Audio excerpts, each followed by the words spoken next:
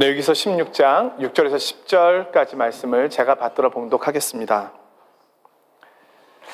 아론은 자기를 위한 속죄제의 숫송아지를 드리되 자기와 집안을 위하여 속죄하고 또 그 두 염소를 가지고 회막문 여호와 앞에 두고 두 염소를 위하여 제비 뽑되 한 제비는 여호와를 위하고 한 제비는 아사셀을 위하여 할지며 아론은 여호와를 위하여 제비 뽑은 염소를 속죄제로 드리고 아사셀을 위하여 제비 뽑은 염소는 산채로 여호와 앞에 두었다가 그것으로 속죄하고 아사셀을 위하여 광야로 보낼지니라.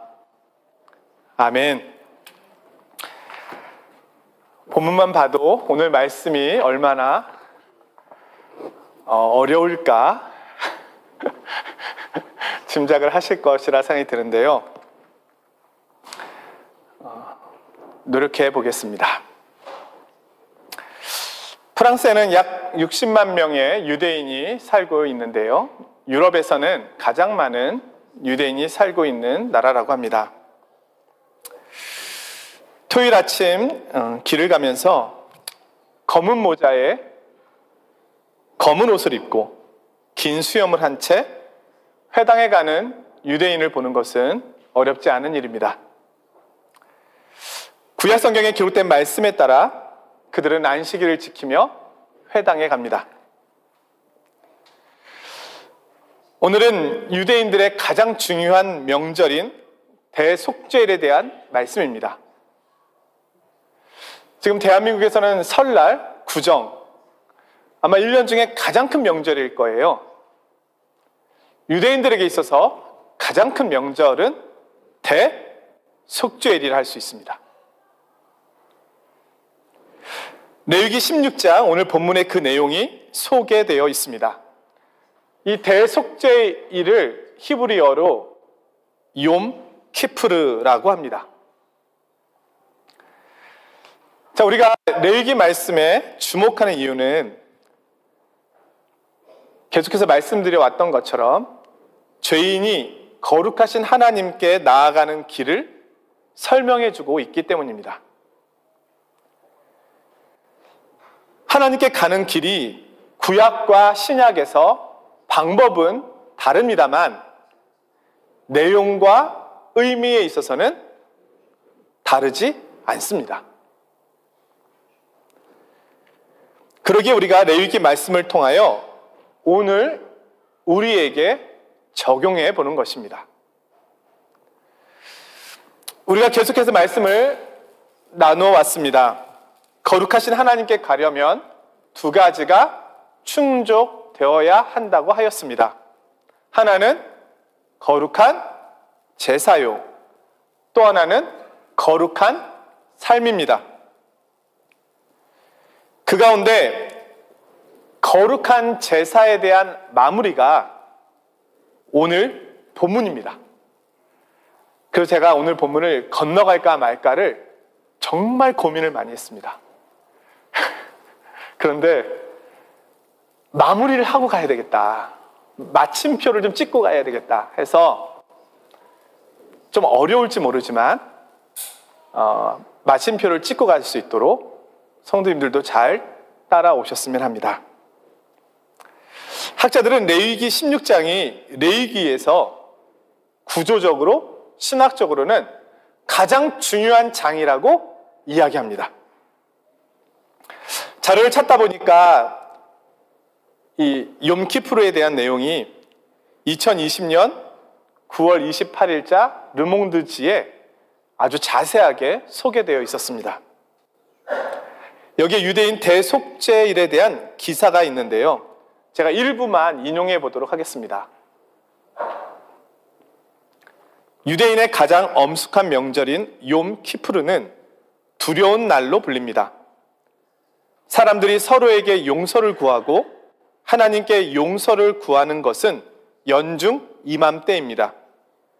금요일 저녁부터 프랑스에 있는 많은 유대인들이 히브리 달력의 가장 엄숙한 날인 욤 키프르를 축하하기 위하여 회당으로 향할 것입니다. 흔히 용서, 르 빠동 이렇게 되어 있더라고요. 이 번역되는 이 속죄일은 무엇보다도 성찰과 기도, 단식의 시간입니다. 욤키푸르는 속죄일, 주데 파후동, 안식일 중에 안식일, 샤바트 때 샤바트를 말하는 오경에서 제정되었습니다. 욤키푸르에는 일반 안식일에서 금지한 39가지 금지 사항에다가 몇 가지를 더 이날은 추가합니다. 25시간 동안의 완전한 단식, 일몰부터 해질 때까지 다음 날 술을 마시거나 먹는 것이 금지됩니다. 향수를 사용할 수 없고 손 외에는 씻을 수도 없습니다.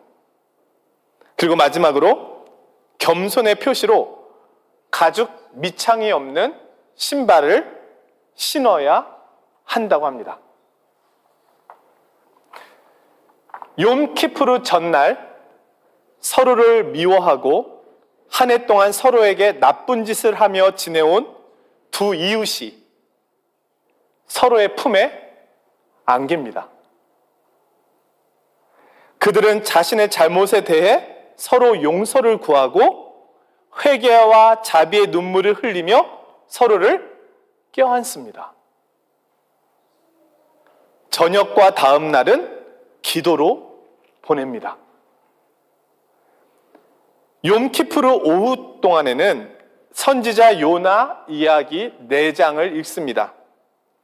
그들은 니느웨 사람들이 회개함으로 하나님의 용서를 받은 것처럼 유대인들도 회개하며 용서를 구함으로 하나님으로부터 긍휼하심을 얻기를 구합니다. 아주 구체적으로 이 내용을 르몽드지에서 소개하고 있습니다. 그만큼 프랑스 사회에서 유대인 종교의 영향은 작지 않은 것이겠죠. 그러나 신문 기사보다도 오늘 성경 말씀은 더 풍성한 내용을 담고 있습니다. 그래서 오늘 말씀에 주목해 보려고 합니다. 제가 대속죄를 어떻게 설명하면 쉬울까를 일주일 동안 고민했는데요. 일주일이 아니에요. 몇 주 동안 고민했는데요. 제가 너무 좋은 표현을 생각해냈어요. 아마 이 표현은 인터넷에도 안 나올 거라 생각이 들어요. 제가 생각해냈어요. 의심의 눈초리. 대속죄를 이해하기 위한 가장 좋은 단어는 대청소의 날, 이렇게 생각하시면 될 것 같아요. 우리 교회도 매주 청소를 합니다. 왜 매주 깨끗하겠습니까? 누군가 청소를 하고 있는 거잖아요. 그때는 그러나 매주 하지만 대청소의 날이 있습니다. 예? 부활절을 앞에 두고 하죠. 그때는 교회 구석구석 아주 세밀하게 청소를 합니다. 그렇게 1년이 지나면 다시 대청소를 합니다. 대속죄일은 영적으로 대청소의 날입니다. 큰 용서의 날이라고 할 수 있습니다. 자, 레위기에서 보면 제사장과 백성들은 언제든지 부정하게 될 수 있습니다. 부지 중에라도 그렇게 될 수 있다는 거죠. 자, 그들이 부정한 상태에서 거룩한 회막에 들어가면 회막이 어떻게 되겠어요? 부정케 될 거 아닙니까? 성소가 오염되는 겁니다. 때로는 언제 어떻게 성소가 오염되었는지도 모를 날도 있을 겁니다.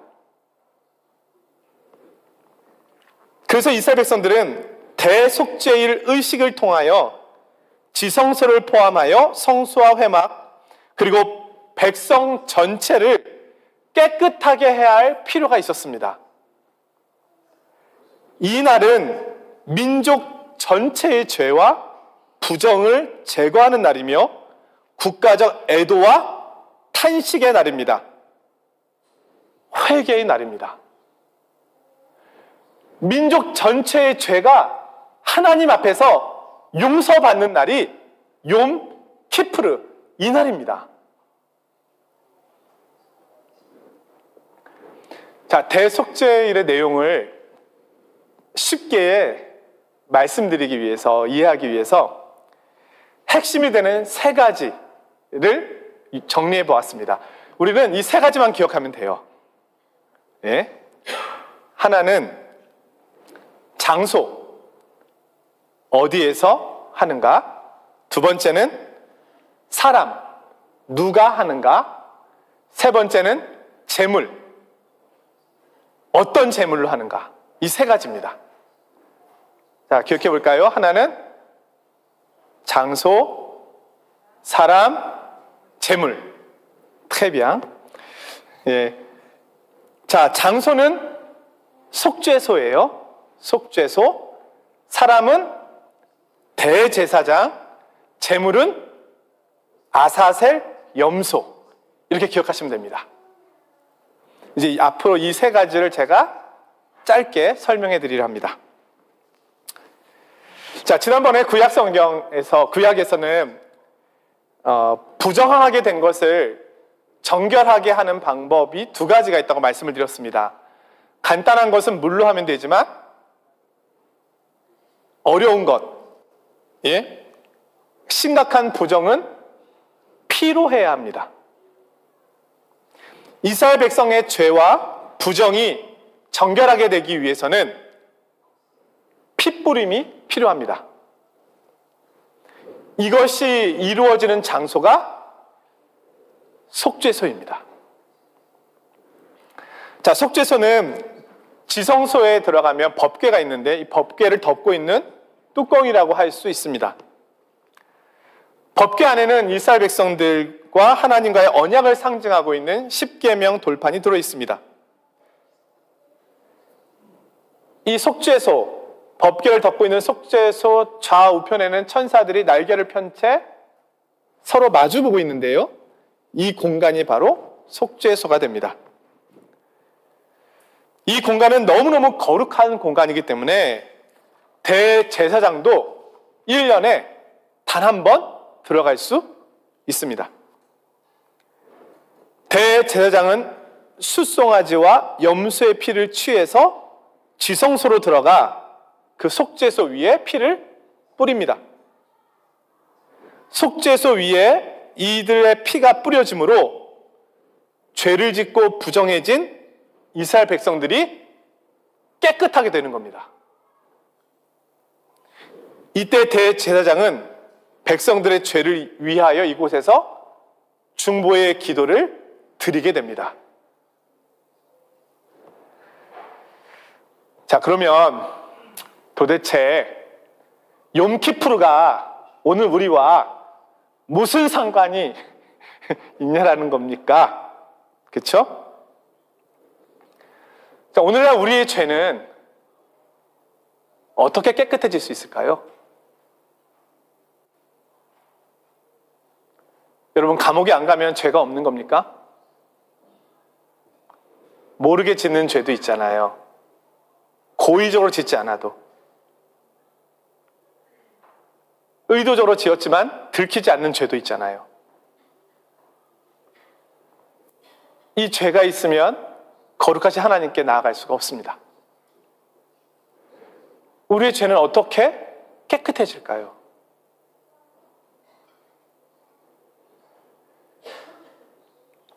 그것은 오늘날에는 예수 그리스도의 십자가의 피입니다.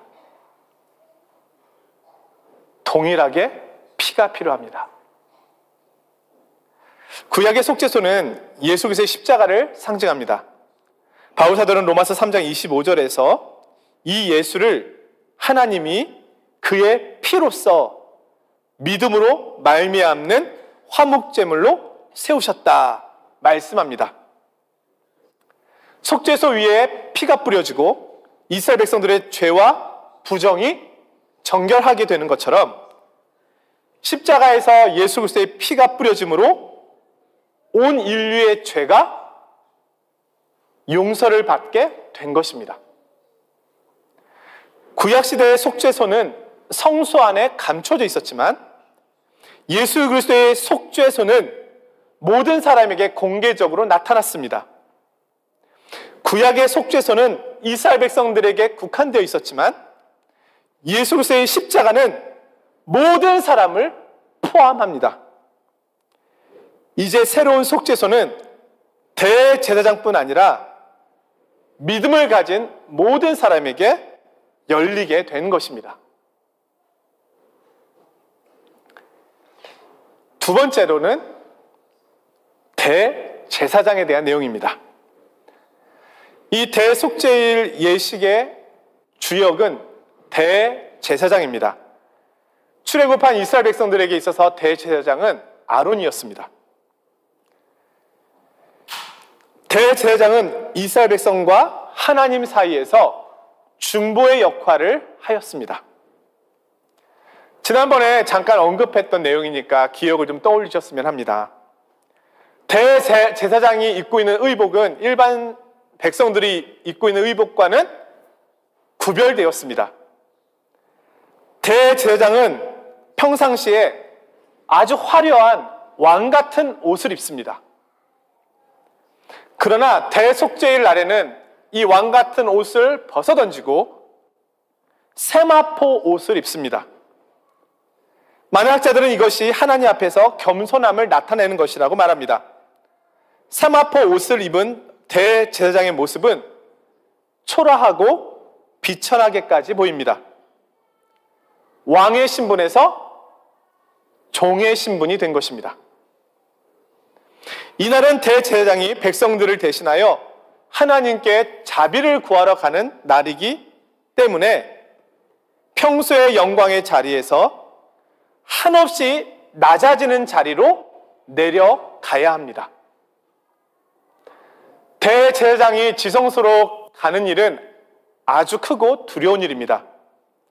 하나님께서 대제사장의 기도를 받지 않으시면 대제사장은 바로 거기서 죽을 수도 있습니다. 대속죄일 전날 대제사장은 자신을 정결하게 하기 위하여 심지어는 뜬 눈으로 밤을 새기도 하였다고 합니다.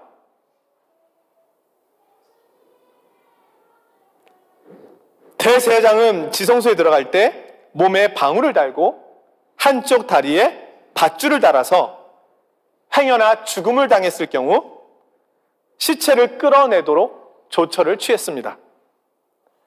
대제사장은 백성들을 위하여 극도의 긴장감 속에 목숨을 걸고 지성소로 들어갑니다.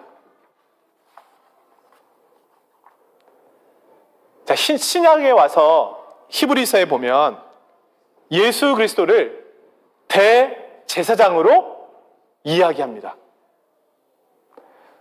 예수 그리스도의 사역을 대속죄일과 관련하여 말씀합니다. 히브리서 9장 11절 12절의 말씀인데요.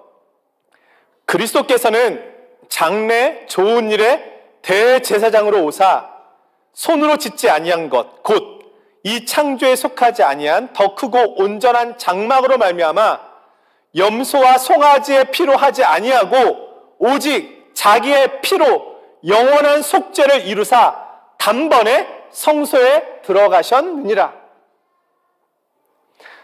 히브리서에서는 대속죄일이 그림자이고 십자가 사건이 실체라고 말합니다. 대속죄일날 대제사장이 자신과 백성들을 위하여 송아지와 염소의 피를 드린 것처럼 예수 그리스도께서는 십자가에서 자신을 하나님께 온전한 속죄로 드리신 것입니다. 대제사장이 중보하여 백성들의 죄를 사한 것처럼 그리스도의 희생은 온 인류가 죄사함을 받도록 한 것입니다. 하나님의 아들이신 예수님께서는 하늘에서의 왕의 의복을 벗으시고 종의 옷을 입으시고 이 땅에 오셨습니다. 그리고 죽기까지 복종하심으로 십자가에 피 흘려 돌아가셨습니다. 그 일을 통하여 우리의 죄를 용서하신 것입니다. 그런데 우리가 주목할 것은 이 레위기가 그림자고 예수 그리스도가 실체라는 겁니다. 이스라엘 백성들은 대속죄일을 보내면서 완전한 속죄가 이루어질 예수 그리스도께서 오셔서 행하실 그 일을 먼 곳에서 믿음의 눈으로 바라보면서 행했던 것입니다. 자, 세 번째는 아사셀 염소입니다. 이제 10분 남았습니다. 좀만 더 힘을 내봅시다. 오늘 이 대속죄일 말씀을 들으면 더 이상 제사에 대한 말씀은 없지 않을까라고 조심스럽게 추측해 봅니다. 네, 마무리입니다. 마무리. 자, 대속죄일 의식의 절정은 아사셀 염소를 보내는 겁니다. 근데 왜 이 염소를 아사셀이라고 부를까? 이 의미가 세 가지가 있는데요. 하나는 떠나는 염소를 의미한다는 면에서 히브리어에서 아사셀이라는 단어가 나왔다고 말하고요. 또 하나는 절벽을 뜻한다고 말합니다. 이 아사셀 염소가 결국은 절벽으로 떨어져 죽임을 맞이하게 됩니다. 또한 귀신의 이름이라고 보기도 합니다. 죄가 나왔던 곳으로 다시 죄를 돌려보낸다라는 의미에서 아사셀이라는 말을 쓴다는 거예요. 자, 대속죄일에 아사셀 염소를 광야로 보내는데요. 보내기 전에 대제사장이 염소의 머리를 붙잡고 안수를 합니다. 이스라엘 백성들의 죄를 1년 동안의 민족의 모든 죄를 이 염소에게 전가시키는 겁니다.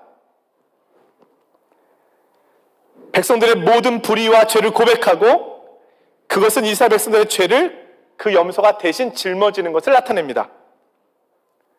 그리고 준비되어 있던 사람이 이 염소를 데리고 광야 절벽 쪽으로 갑니다. 이 사람의 역할은 백성들의 죄를 짊어진 아사셀 염소가 다시 돌아오지 못하게 하는 데 있습니다. 그럼 어떻게 해야 합니까? 이 염소는 반드시 죽어야 합니다. 이 일을 통하여 백성들의 모든 죄와 모든 불의가 제거되었다는 것을 나타냅니다. 초대 교부들과 신약 성경은 이 대속죄일의 아사셀 염소를 예수 그리스도에 대한 예표로 이해했습니다. 아사셀 염소와 예수 그리스도 사이에 닮은 점이 있다는 겁니다. 그렇죠?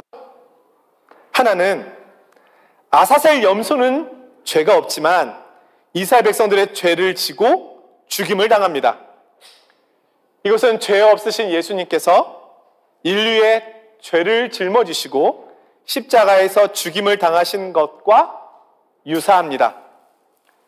또한 염소가 진 밖으로 버려져서 죽임을 당했던 것처럼 예수님께서는 인류의 죄를 지시고 진 밖에서, 영문 밖에서 죽임을 당하셨습니다.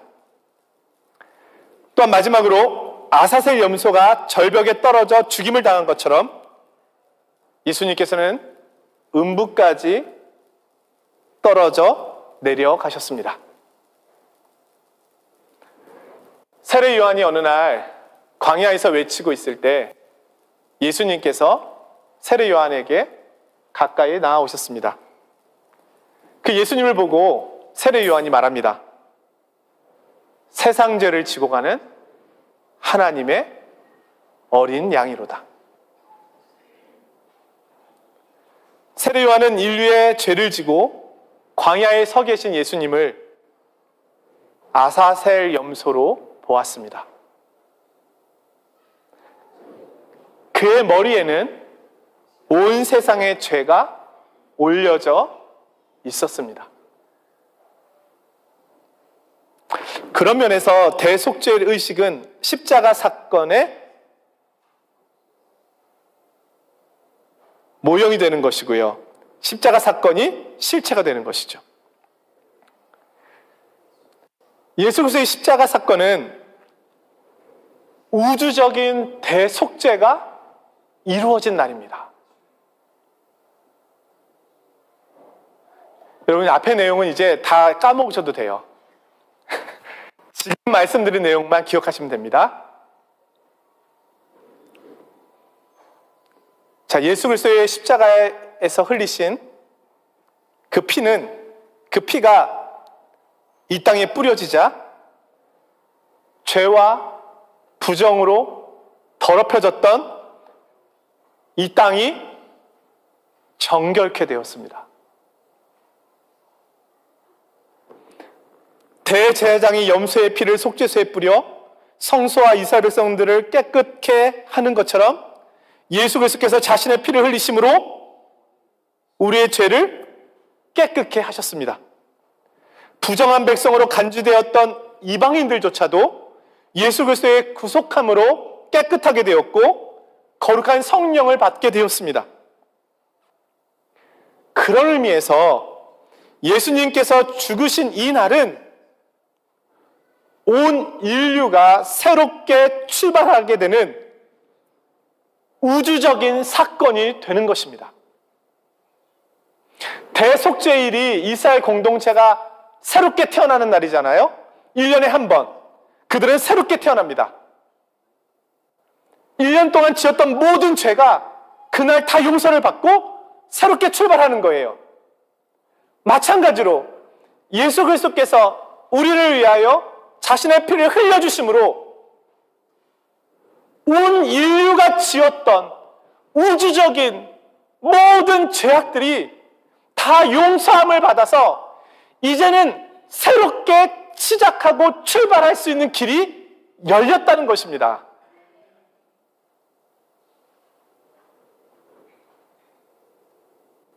십자가 사건은 죄로 죽었던 인류가 다시 회복되는 날입니다.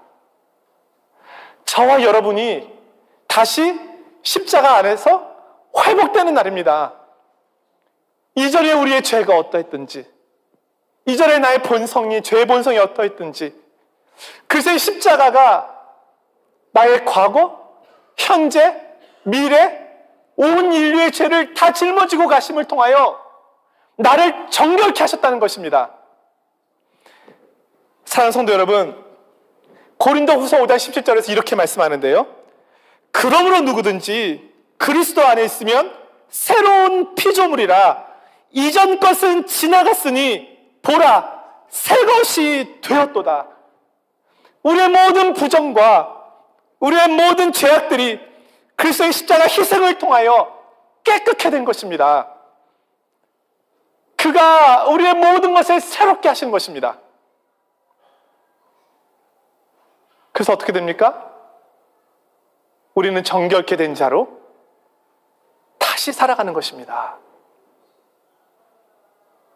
다시는 죄에게 종노릇하지 않고 다시는 죄악의 삶에 시들리지 않고 용서받은 자처럼. 구약의 이스라엘 백성들은 1년에 한 번 대속죄일 날 새롭게 되었습니다. 그래서 1년마다 이 날을 지켜야 됐습니다.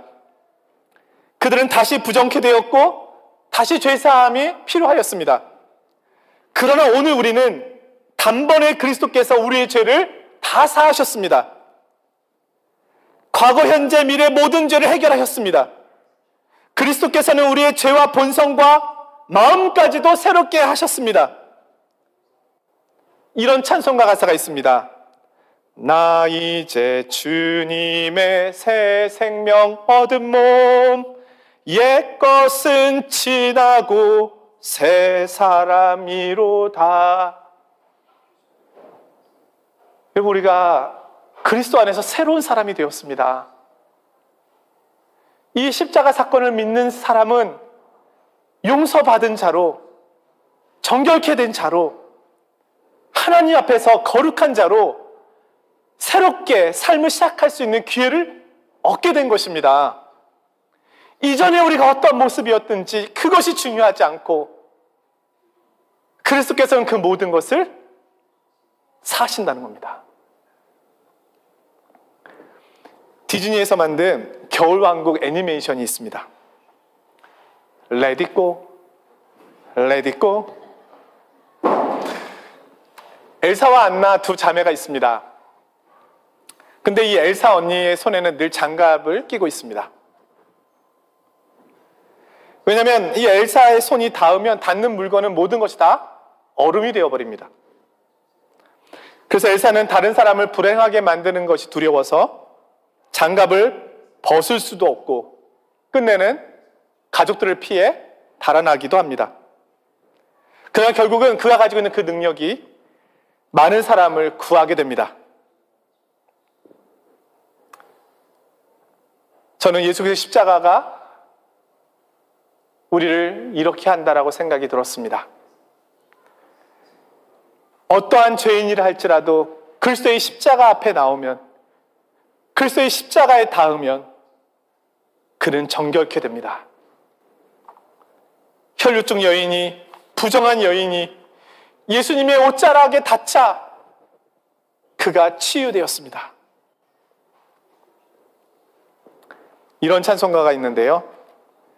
빈손 들고 앞에 가 십자가를 붙드네 의가 없는 자라도 도와주심 바라고 생명샘에 나가니 나를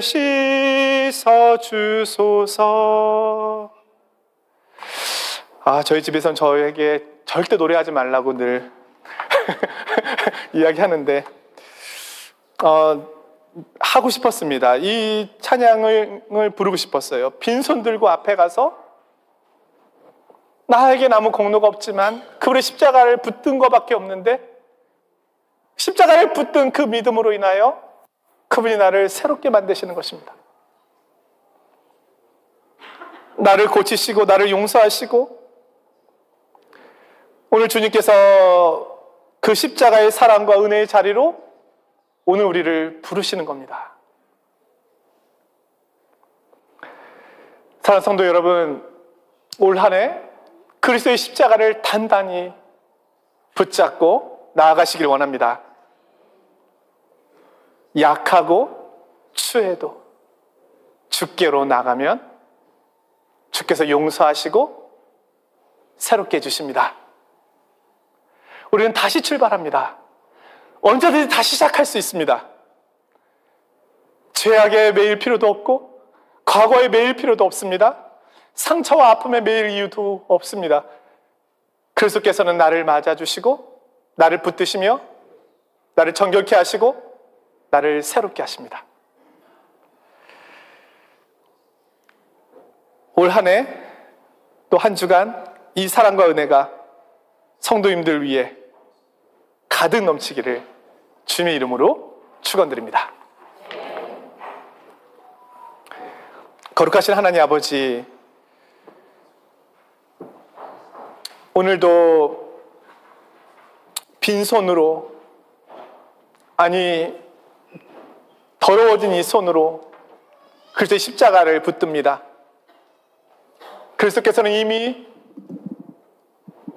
그리스도의 보혈로 저희들을 깨끗하게 정결하게 하셨습니다. 주님, 올 한 해 때로는 넘어질 때가 있고 때로는 흔들릴 때가 있다 할지라도 주님의 십자가를 단단히 붙잡고 믿음으로 나아가는 한 해가 되게 하여 주옵소서. 우리가 지칠 때, 또 죄로 인하여 큰 슬픔에 빠질 때 십자가의 능력을 의지함으로 속히 그 자리에서 벗어나 회개와 용서의 자리, 은혜의 자리로 나아갈 수 있도록 붙잡아 주시옵소서. 올 한 해도 우리는 혼자 가지 않습니다. 주님과 함께 갑니다. 복되고 은혜로운 한 해 인도하여 주시옵소서. 예수 그리스도의 이름으로 기도드리옵나이다. 아멘.